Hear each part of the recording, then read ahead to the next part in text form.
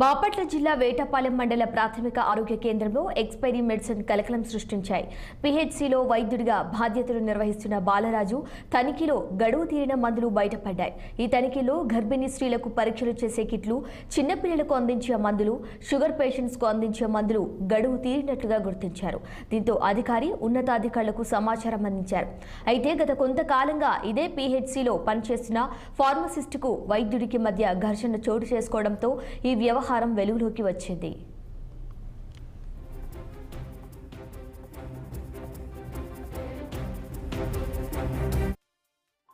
విధులకు యథావిధిగా 8:30కి 9 o'clockకి రావడం జరిగింది.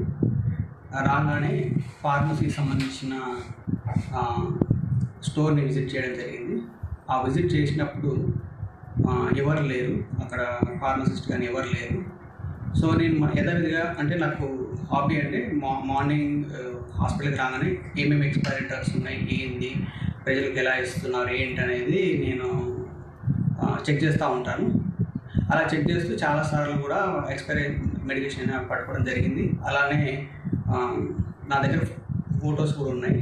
అది మేడం కూడా కంప్లైంట్ ఒకసారి నేను చేశాను. ఈ ఫార్మసిస్ట్ గారు ఇదే చూడండి, ఇప్పుడు ఇందాక చెక్ చేసాను, చాలా మెడికేషన్స్ కూడా మనకి ఎక్స్పైరీ దొరకడం. బులెటిన్ షార్ట్ బ్రేక్ తీసుకుందాం. Stay with us.